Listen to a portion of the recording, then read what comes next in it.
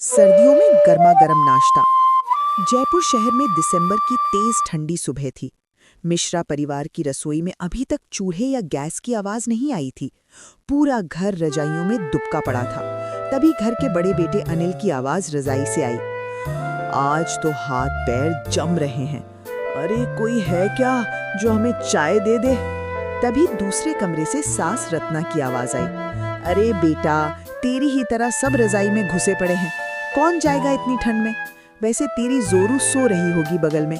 उसे बोल थोड़ा उठने का जोर लगाएगी और सबके लिए चाय नाश्ता बनाएगी। हाँ, बहुएं तो जैसे रोबोट हैं जिन्हें ठंडी नहीं लगती। माँ जी, आज चाय नाश्ता मत बनवाना, मैं नहीं जा रही रसोई में। आज बड़ी ठंड है, मुझे तो लग रहा है रजाई से निकलते ही कहीं मैं जम ना जाऊं। माँ जी, आप ना अपनी छोटी बहू को बोल दो, वही बना लेंगी सबके लिए खाना। उसी वक्त छोटी बहू शिख ने भी कमरे से आवाज दी। अच्छा, छोटी बहू लोहे की बनी है क्या? मैं अभी बाहर नहीं आ रही। बाहर का नल देखना, ऐसा लग रहा है जैसे बर्फ जम गई है। हाथ धो तो हाथ सुन हो जाए। हे भगवान, रसोई कौन संभालेगा? घर में 6 लोग और उठने वाला कोई नहीं। माँ जी, मैं उठ जाऊंगी लेकिन आधे घंटे बाद।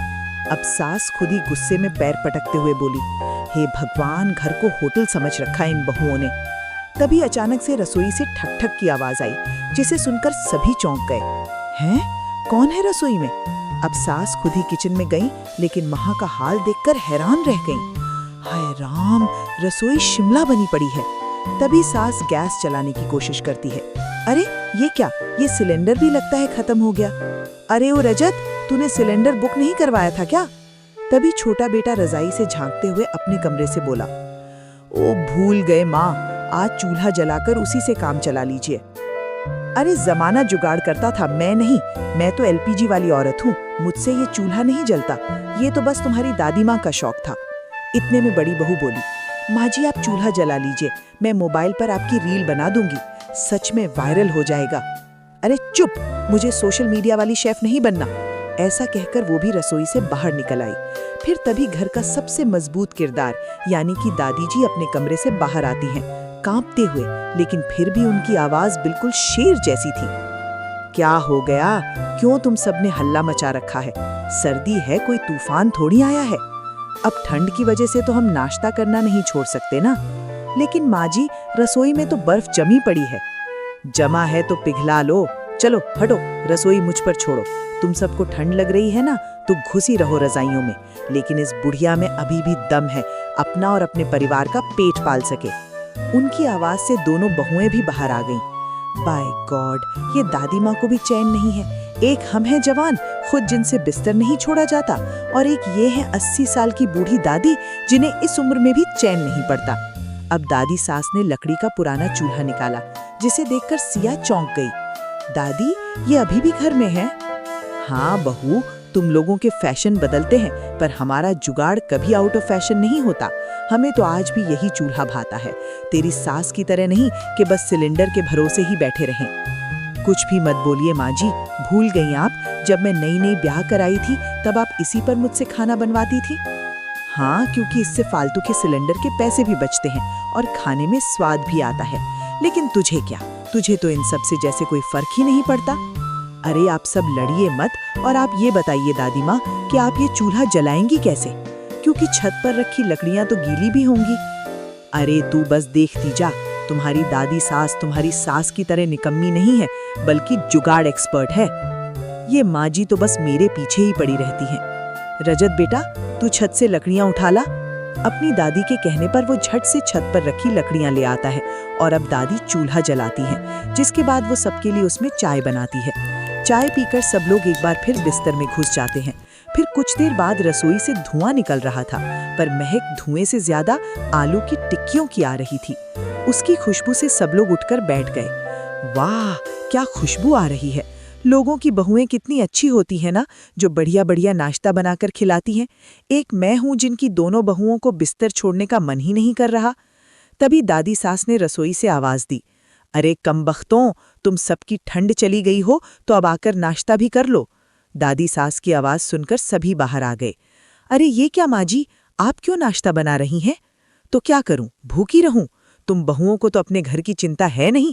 तुम सब ठंड से लड़ते रहो, लेकिन पेट गर्म रखना भी जरूरी है। सोचा क्यों ना एक बार फिर पुराने दिनों की तरह चूल्हे पर गर्मा गर्म नाश्ता बनाऊं। अरे वाह दादी, आप तो कमाल कर गईं। भले ही हम सब ठंड से जमे पड़े हों, पर दादी का जज्बा नहीं जमता। दादी सर्दियों का क्लासिक नाश्ते की तैयारी कर रही थीं, जिसमें आलू की चटपटी टिक्कियाँ, बेसन का मसालेदार चीला और साथ में गुड़ वाली चाय। दादी माँ, ये गुड़ वाली चाय क्यों? सर्दियों में मीठा पेट में आग जलाए रखता है। ये सब जो आज बनाए हैं ना, ये है सर्दियों का गर्मा गर्म नाश्ता। शिक हंसते हुए बोली। अरे वाह दादी माँ, आप तो मास्टर शेफ निकली। मास्टर शेफ नहीं, मजबूर शेफ हो। जब बहुएं रजाई में मिल जाए ना, तो बूढ़ों को ही चूल्हा जलाना पड़ता है। ये सुनकर दोनों बहुएं सिया और शिक शर्मा गईं। दादी माँ तो हमें ताने दे रही हैं। जो भी हो, आज नाश्ता बनवाकर ही मानेंगी। चलो मदद करते हैं, वरना बाद में सब हमारे मत्थे आएगा। लो, अब आ गई महारानियाँ। चलो आओ, काम बांट लो। दादी, हम आपकी बहुएं हैं, रानियाँ थोड़ी। अरे रानियाँ ही तो हो, लेकिन रजाई की जब देखो उसी में घुसी रहती हो। चलो अब काम करो। तभी सिया ने कहा, अरे ये क्या, नल में तो पानी ही नहीं आ रहा। लगता है आज नल जम गया है। अब तो घर का कोई काम नहीं हो पाएगा, बर्तन भी नहीं धुलेंगे। अरे ओ कामचोर, अकल की दुश्मन, अब दादी नल जम गया तो पानी कैसे लाए? अरे उस नल के ऊपर गर्म पानी डालो ना, अपने आप ठीक हो जाएगा। सिया ने झट से गर्म पानी किया और नल पर डाला। कुछ ही देर में नल चल पड़ा। देखा, अकल के दुश्मनों, अगर जुगाड़ का ज्ञान हो तो सर्दी भी हार जाती है। ये सुनकर तीनों सास बहू एक दूसरे को देखने लगीं। फिर धीरे धीरे रसोई में टिक्कियों की खुशबू, चीले की महक और गुड़ की चाय की सौंधी सुगंध फैल रही थी। रसोई की खुशबू बाहर तक फैल गई थी। तभी पड़ोसन शकुंतला चाची धमकी, अरे काकी, ये कैसी खुशबू हमारे घर तक आ रही थी? मुझे लगा तुम्हारे यहाँ तो भंडारा चल रहा है, इसलिए सोचा मैं भी जे आऊं। हाँ चाची, आप भी आ जाइए, आज दादी माँ ने खास नाश्ता बनाया है। अच्छा, तो रजाई की बहुओं ने दादी को काम पर लगा दिया। सिया और शिक का चेहरा लाल हो गया। दादी माँ और सासू माँ क्या कम थीं जो पड़ोस की आंटियां भी बहुओं को ताना मारेंगी। आखिरकार दादी ने सबको गर्मा गर्म टिक्कियां परोसीं। चीला, चटनी, दही और गुड़ की चाय के साथ साथ पूरा घर नाश्ते पर टूट पड़ा। वाह दादी माँ, पुराने दिन याद आ गए, जब बचपन में आप कभी कभी हमें सर्दियों में ये गर्मा गर्म नाश्ता बनाकर खिलाती थीं। हाँ, लेकिन आज भी आपके हाथों में वही स्वाद है।